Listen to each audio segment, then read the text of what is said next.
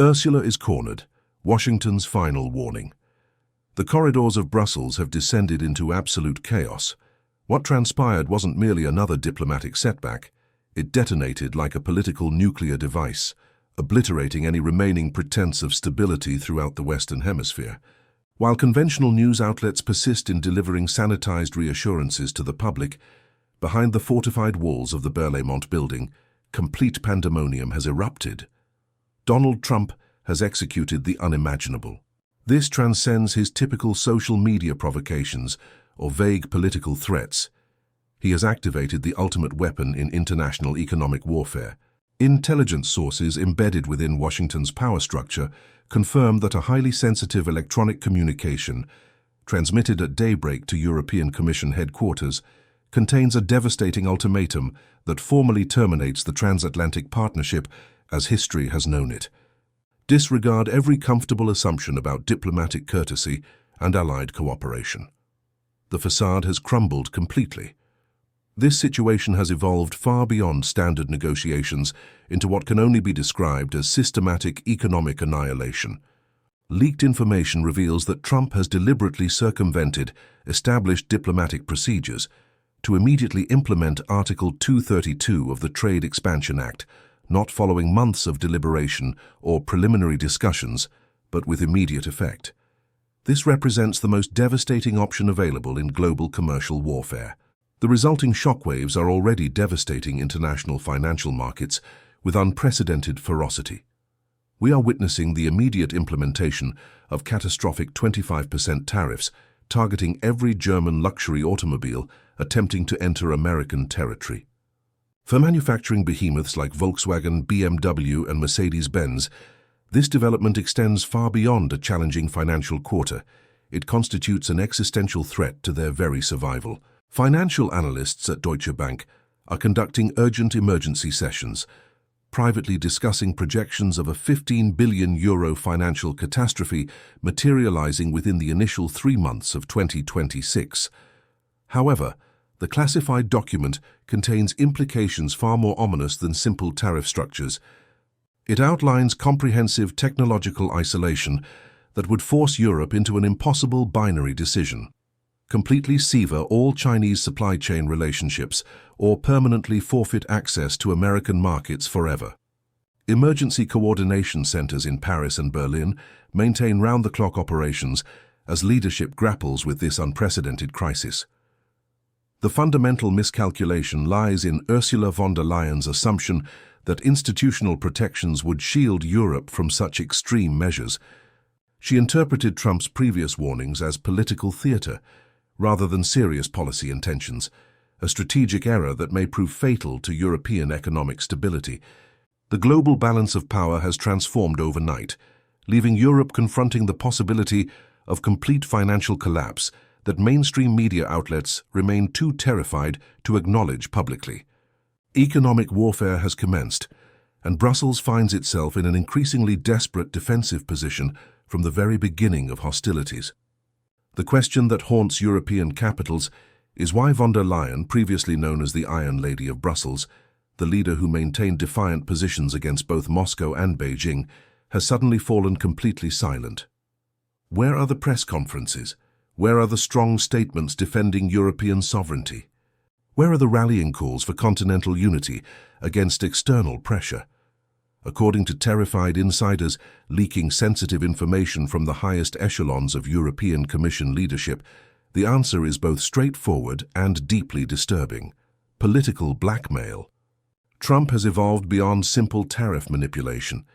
He now wields potentially explosive information as a weapon against European leadership. Sources with access to White House transition team discussions have revealed a development that explains everything. Trump allegedly possesses what intelligence circles refer to as the Red File, a comprehensive collection of unredacted original documents that European prosecutorial offices have spent years attempting to suppress and hide from public scrutiny. These files reportedly contain the complete Pfizer documentation. Remember the mysteriously deleted text messages. Remember the secret negotiations between von der Leyen and Pfizer CEO Albert Bourla regarding billions of euros in vaccine procurement contracts. European citizens were told these communications were permanently lost. They were instructed to move forward and forget these concerns, but Trump apparently recovered them completely. Intelligence suggests he now maintains what amounts to a loaded weapon pointed directly at EU leadership. The ultimatum being whispered throughout power corridors is chilling in its simplicity. Comply with American demands or face complete public exposure of these compromising communications. If Trump chooses to release the unedited correspondence between European officials and pharmaceutical executives, the consequences would transcend ordinary political scandals. It could represent the complete destruction of the European Union's moral authority and public legitimacy. Under this interpretation, von der Leyen finds herself completely politically paralyzed. She cannot mount effective resistance against American tariffs to safeguard German economic interests without simultaneously risking her own immediate political annihilation. She has become trapped within a prison of her own construction, and Trump controls the only available key to her freedom. While Brussels remains frozen in terror, Berlin experiences what can only be described as political incineration.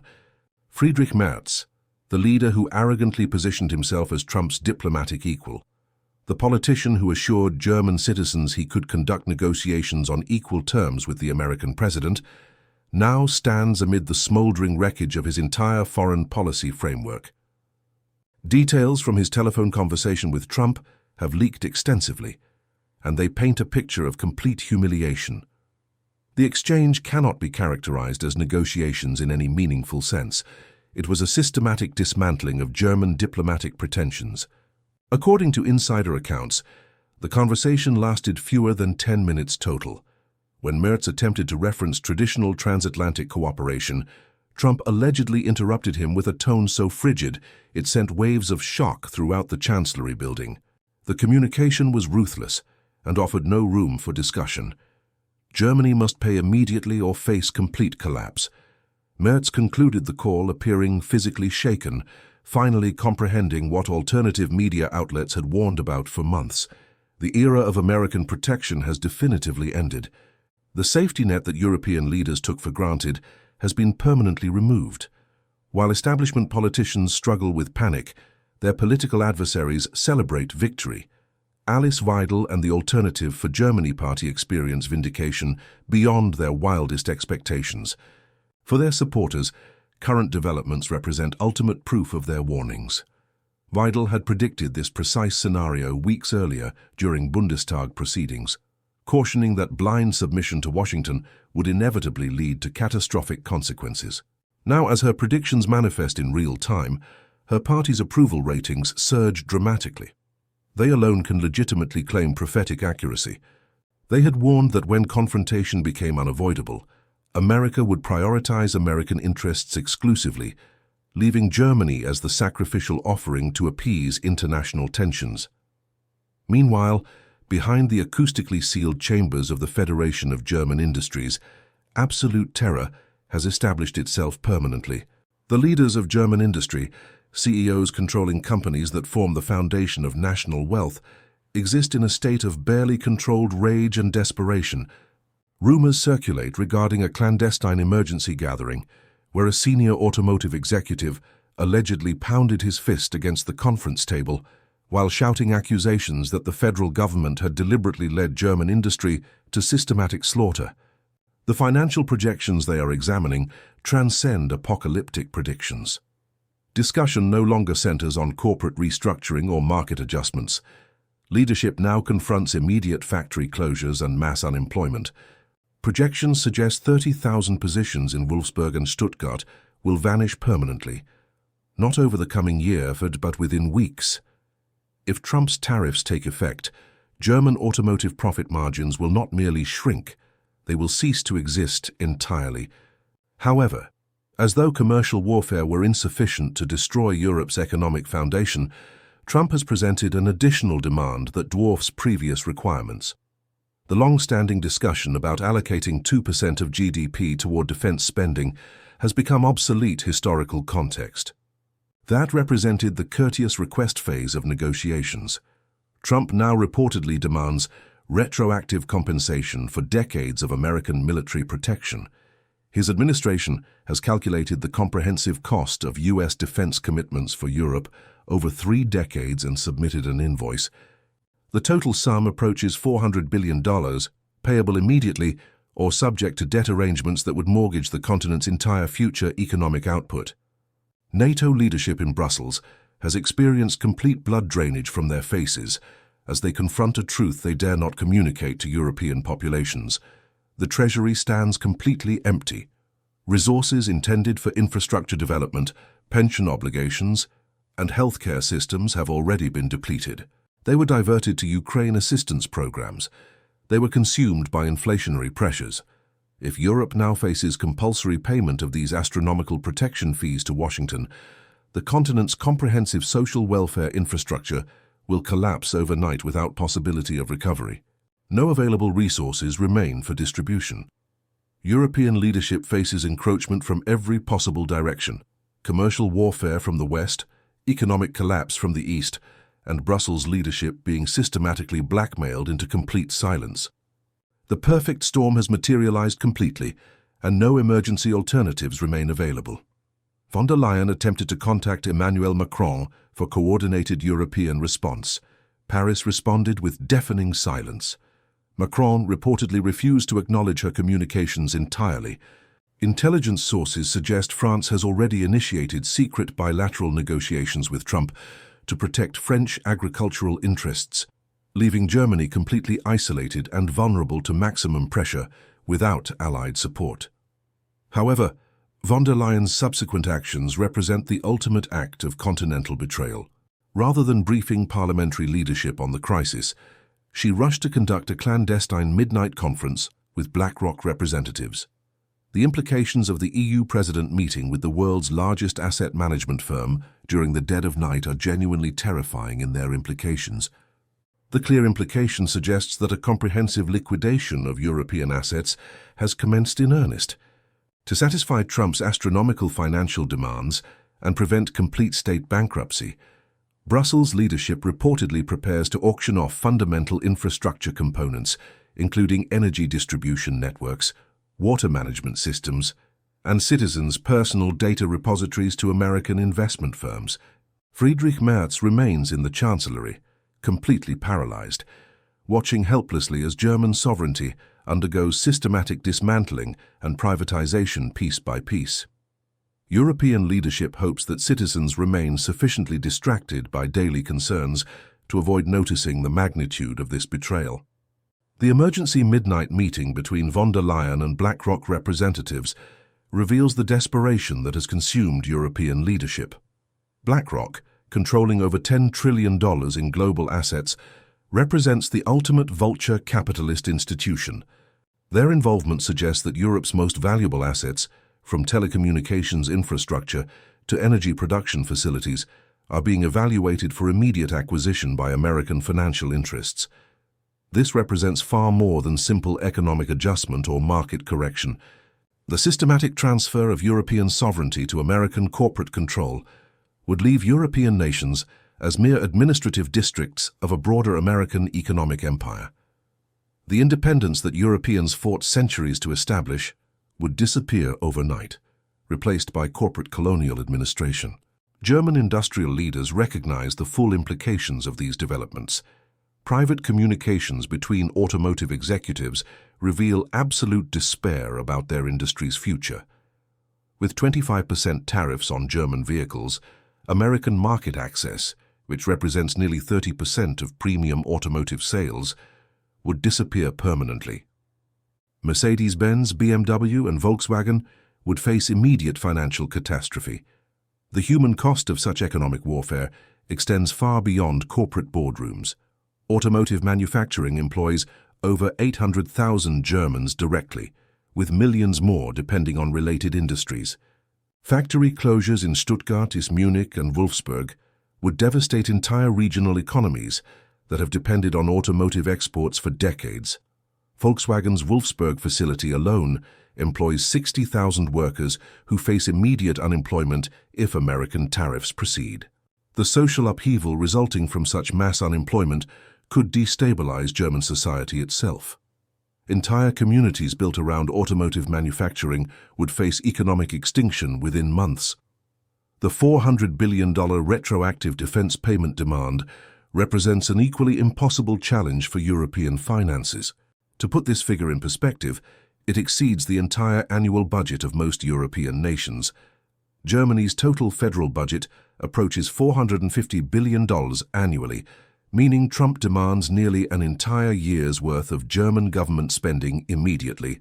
European social welfare systems, already strained by previous crises, cannot absorb such massive financial obligations. Pension systems would collapse instantly. Healthcare provision would face immediate rationing. Infrastructure maintenance would cease entirely. The social contract that has defined European democracy since World War II would disintegrate completely. Intelligence sources suggest that France's secret negotiations with Trump focus on agricultural export protection. France produces premium wine, cheese, and specialty foods that command high prices in American markets. Macron apparently calculates that sacrificing German industrial interests to preserve French agricultural exports represents an acceptable trade-off. Such calculations reveal the complete breakdown of European solidarity. Rather than presenting unified resistance to American pressure, European leaders compete to offer Washington the most attractive individual deals. This divide-and-conquer strategy ensures that Europe cannot mount effective collective resistance to American demands. The blackmail element involving Pfizer documentation adds another layer of paralysis to European response capabilities. If von der Leyen faces personal destruction through released communications, she cannot risk aggressive resistance that might trigger such exposure. Her personal survival requires submission to American demands, regardless of European interests. The Pfizer controversy involves billions of euros in vaccine procurement during the COVID pandemic. European citizens were told that negotiations occurred transparently with appropriate oversight. If released communications reveal secret deals, kickbacks, or other corrupt arrangements, the resulting scandal would destroy public trust in European institutions completely. Trump's possession of such documentation transforms normal diplomatic pressure into personal blackmail. Von der Leyen cannot protect European sovereignty without risking her own political annihilation. She has become a hostage to her own past decisions, unable to defend the continent she was elected to represent. Alternative for Germany leaders like Alice Weidel have warned about precisely such scenarios for years. Their anti-establishment message gains credibility as mainstream political leaders, proving capable of defending national interests against foreign pressure. Rising poll numbers for populist parties reflect growing public recognition that traditional politicians have failed catastrophically. The Midnight BlackRock meeting represents the final stage of European capitulation. Rather than seeking diplomatic solutions or rallying public support for resistance, von der Leyen negotiates the terms of surrender with American financial institutions. The assets built over generations of European labor and innovation will be transferred to American control to satisfy Trump's demands. Water systems, energy grids, telecommunications networks, transportation infrastructure, all the fundamental components of modern civilization, face privatization to American corporate interests. European citizens would become tenants in their own countries, paying American corporations for basic services their ancestors built and their taxes maintained. The transformation of European sovereignty into American corporate property represents the culmination of decades of gradual dependency. European leaders consistently chose short-term convenience over long-term independence, allowing American institutions to become indispensable to European functioning. Now that dependency has become a weapon pointed directly at European survival, the data privatization component of potential BlackRock agreements represents perhaps the most insidious aspect of American demands. European citizens, personal information, financial records, health data, and digital communications could be transferred to American corporate control. Privacy rights that Europeans consider fundamental would become privileges granted at American discretion. Such arrangements would establish American corporations as de facto governments over European populations. Citizens would have no recourse against data misuse, privacy violations, or algorithmic manipulation by entities beyond European legal jurisdiction. Democratic accountability would disappear as corporate interests supersede citizen welfare in all policy decisions.